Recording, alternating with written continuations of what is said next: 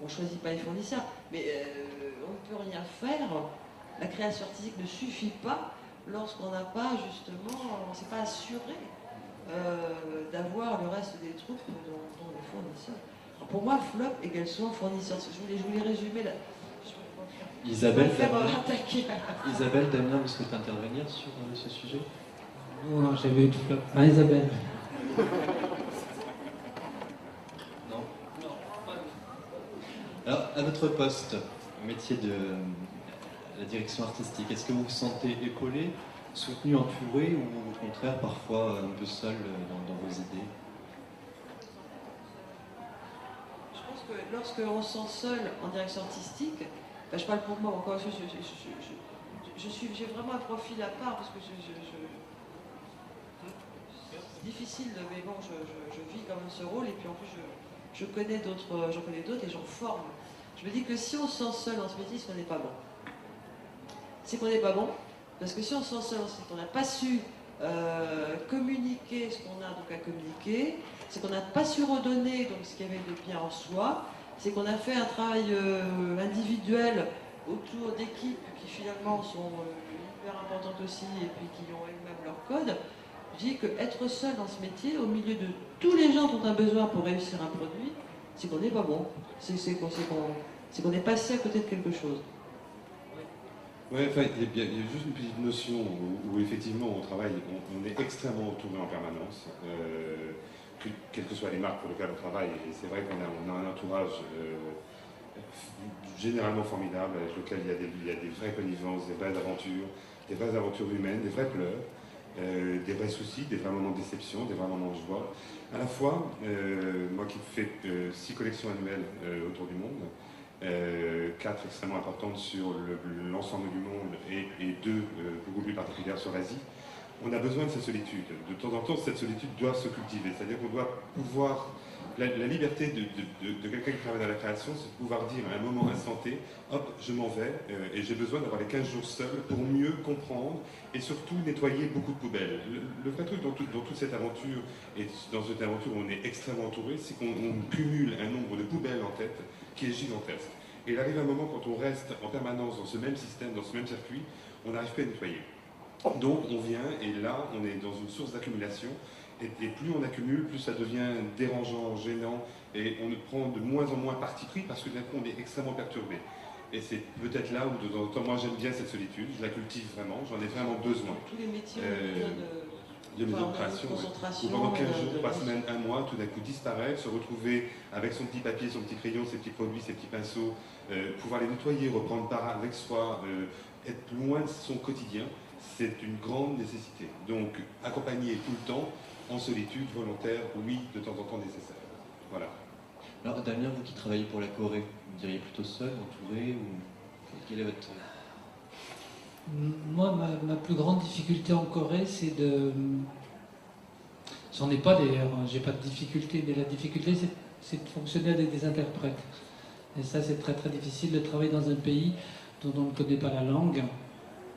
J'ai la chance maintenant d'avoir quelqu'un dans mon équipe qui est ma supérieure qui parle le français, mais c'est tout à fait nouveau. Oui, ça c'est une difficulté. Apprendre les codes, apprendre une culture, etc. Ça c'est bien parce que ça enrichit, ça apprend les différences. La difficulté de communication, de ne pas parler la même langue, oui, c'est une difficulté. C'est une difficulté. Deux fois. C'est une difficulté. On va passer de la création, des mots artistiques, on va passer des choses rationnelles, techniques, ça va encore. Parce qu'on va passer des messages qui déjà, que soi-même on a du mal d'ailleurs à exprimer. C'est très difficile lorsqu'on est avec des étrangers. J'ai vu qu'il y avait beaucoup de jeunes maquilleurs dans la salle.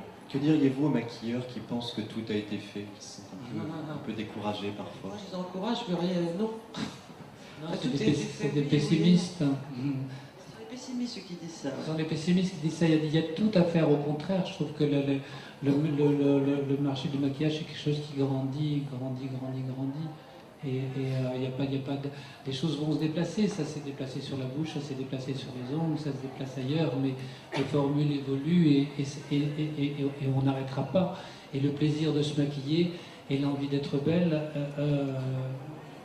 c'est ça, je veux dire, la vie c'est ça, c'est séduire. Donc, et puis le maquillage, Fred en parlait tout à l'heure, c'est un plaisir, ça doit rester un plaisir. Ou Max disait, c'est comme un jeu, c'est vraiment un atout féminin et c'est...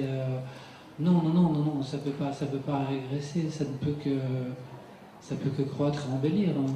Puis on a aussi en maquillage, il y a le talent qui est renouvelable et ça. Il faut dire aussi que nous, les maquilleurs, on a besoin de produits. Enfin, tout le talent qu'on a et nos petites mains, on ne maquille pas non plus avec de l'air.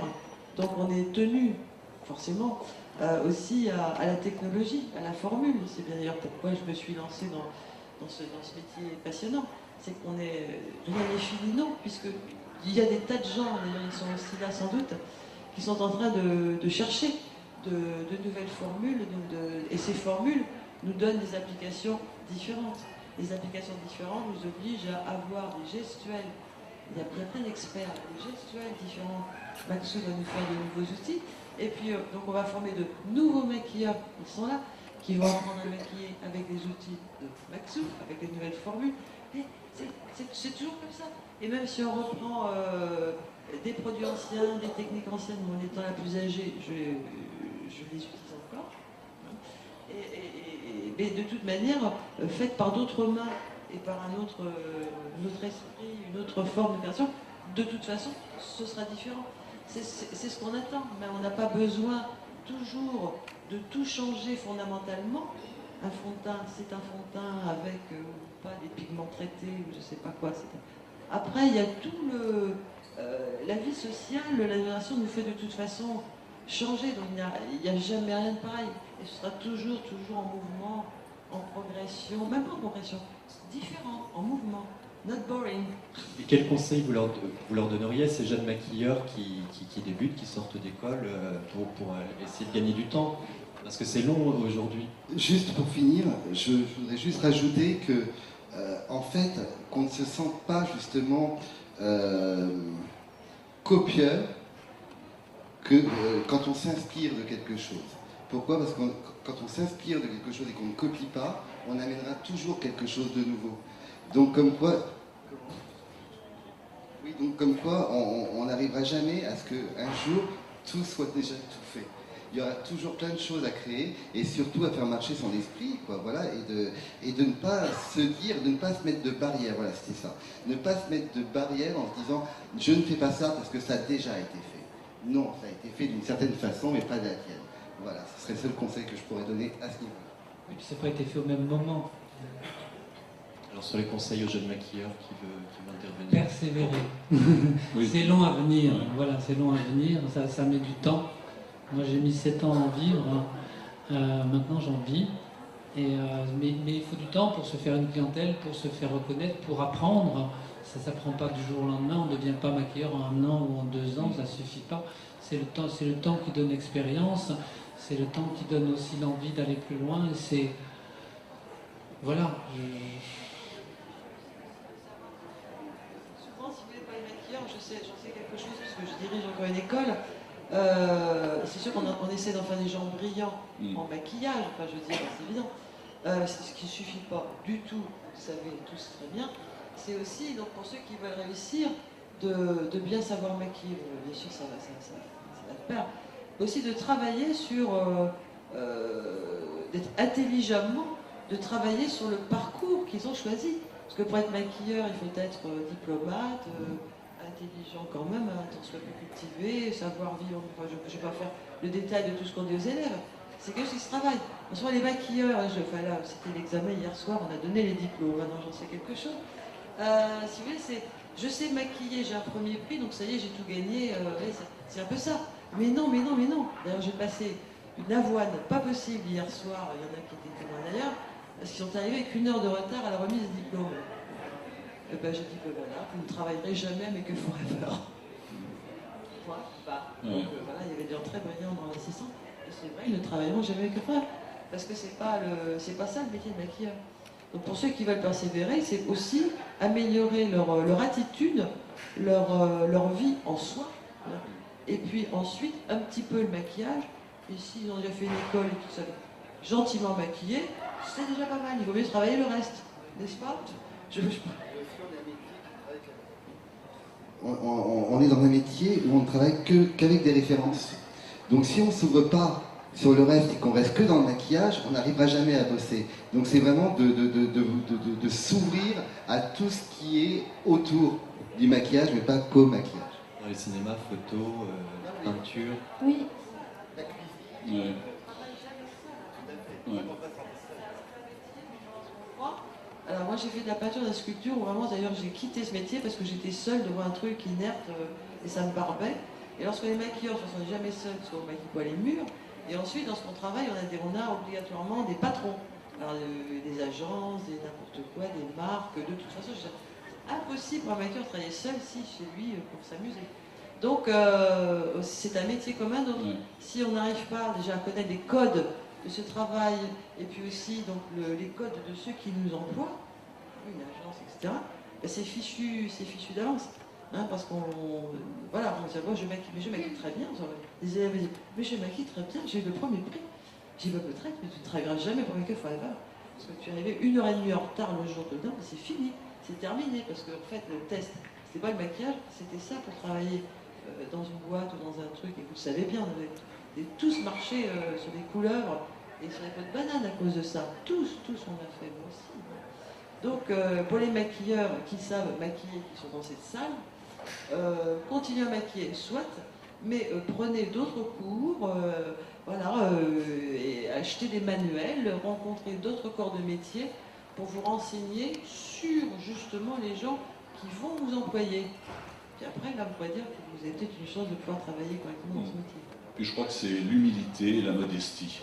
Ça, je crois que c'est quelque chose de très important parce que vous avez des maquilleurs qui sortent des écoles et qui jouent les divas.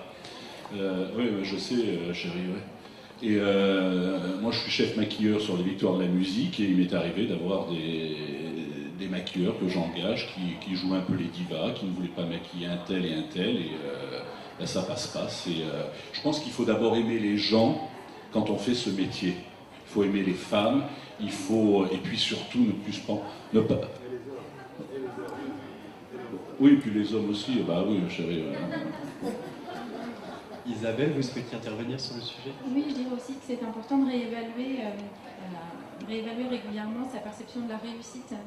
Quand on est jeune maquilleur, on veut réussir, on se fixe des objectifs qui sont les objectifs un peu des gens qui nous font rêver, comme les Fred Farougia, Dany Dufresne par exemple.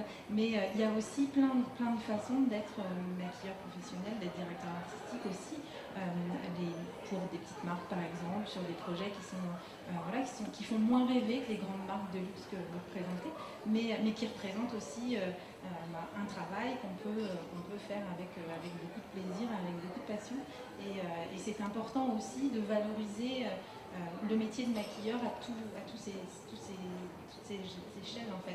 Et ça c'est important, on partait, ces dimensions étaient justes. On parlait des maquilleurs en magasin par exemple, il y a des gens qui sont extrêmement talentueux, qui font ça divinement. Je disais tout à l'heure Dany qu'on en avait vraiment besoin, c'est le dernier maillon entre guillemets de la chaîne, et ceux-là aussi sont très très importants. Dany, Isabelle, ce n'est pas trop difficile de faire un métier d'homme?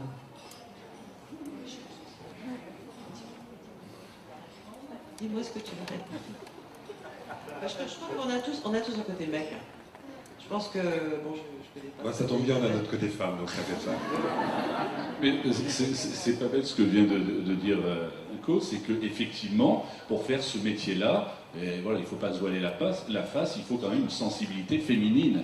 On s'adresse à des femmes, et donc si on arrive façon routière, et ma chérie, je vais te maquiller, tiens. Non, il faut quand même une sensibilité, parce qu'il faut aimer les femmes, même si... Et nous, on est lesbiennes, alors. Qu'est-ce qu'il y a, mon amour? Je dis, et nous, je parle de nous. Ah. On fait quoi? On est lesbiennes? Mais non.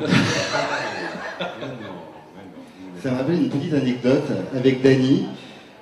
Moi, j'étais à l'époque transformiste, donc en cabaret. Et à chaque fois, Dany, quand elle voyait mes maquillages, elle avait toujours un moment de recul. Et elle me dit, je crois que ta chance, toi, c'est d'être un mec. Si, j'ai eu beaucoup d'élèves. Donc c'est vrai que j'ai tout. D'ailleurs, j'ai encore des transformistes, des transsexuels, etc. Et qui sont maquilleurs, et qui vont devenir maquilleurs, j'en connais plein. Mais je pense qu'en ce qui concerne les femmes dans ce métier, sincèrement, c'est pas facile non plus, Fabien. Moi, vous voyez maintenant c'est facile, je suis plus âgée, je suis la maman et tout, mais en attendant, maintenant ça va, mais il y a quelques temps c'était quand même très difficile. Et il y a une époque, on a eu quelques femmes dans ce métier qui ont assez bien réussi. Bon, il y a Terry, je pense à il y en a plein. Mais c'est vrai que sur une certaine forme, mais avoir un nom, être un peu médiatisé, un peu show-off, etc., etc., en plus d'un travail de direction artistique, parce que les femmes sont tout à fait douées, c'est d'ailleurs un métier qui est beaucoup plus facile, adapté, je pense, justement à des femmes qui sont plus petites fourmis, techniques, rationnelles, etc., que les mecs qui sont souvent un peu plus show-off. Donc je pense que c'est vraiment une bonne direction pour les femmes. Le seul problème, c'est que les femmes dans ce milieu ont beaucoup plus de mal à être médiatisées que, forcément. C'est là où le bas blesse, c'est là où on doit vraiment donner beaucoup plus. Moi, j'ai jamais été show-off, j'ai dû beaucoup travailler. Non, mais c'est vrai. Et je pense que pour toi, c'est la même chose. Nicolas, si je me souviens bien, vous hésitiez entre footballeur ou maquilleur. Oh, il y a plein de trucs qui se passaient dans tous les sens. Donc, je pensais être curé à un moment. Mais je crois que tout ça, finalement, ce choix, c'était jouer en équipe. Alors voilà, je joue en équipe en ce moment, c'est parfait. C'est nouveau. On tiendra compte. Mais c'est pour le vestiaire. Damien? C'est pareil, j'ai mon permis poids lourd, personne ne me prend. Chacun son truc. En tout cas, un grand merci à vous d'avoir participé à cette table ronde. Je vais passer la parole à Sarah Perea, qui est chargée du développement du filament Natrafil pour Dupont de Nemours. Dupont de Nemours qui est sponsor de cette table ronde.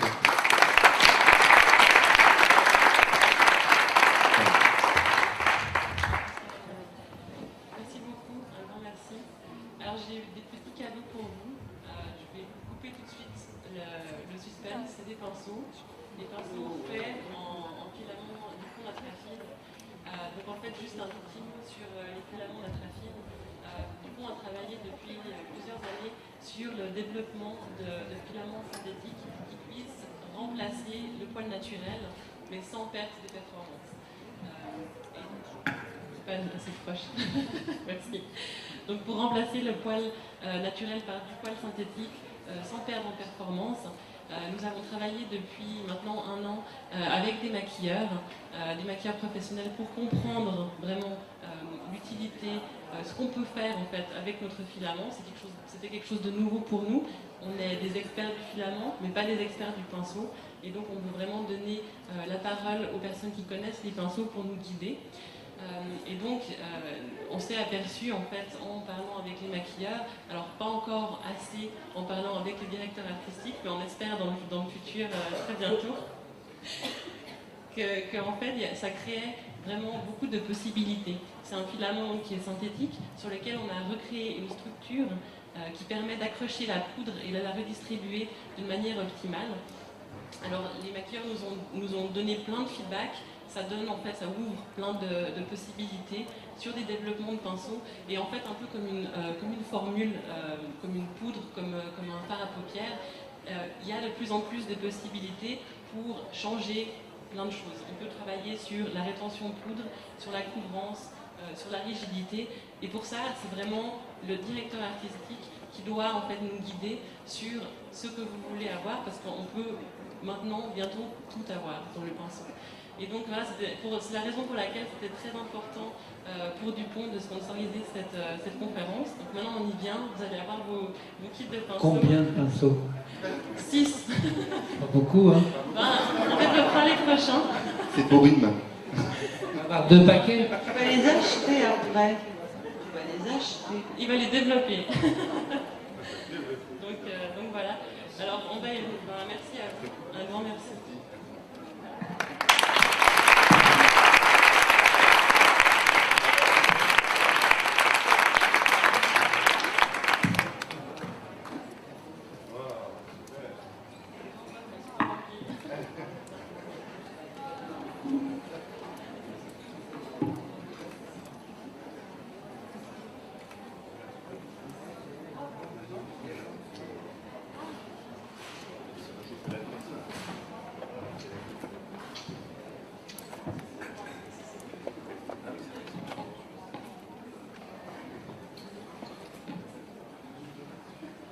En plus, c'est génial parce que le pinceau, c'est quand même à la base d'une réussite dans un maquillage. Ouais. Moi, j'essaie.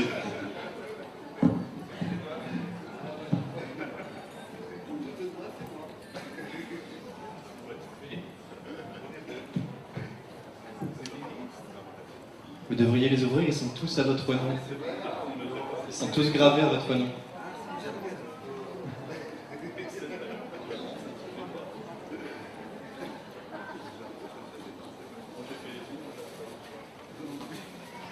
Voilà, encore une fois, merci à vous. Et puis merci à vous d'avoir assisté à cette table ronde. J'espère que... Alors, ils sont beaux.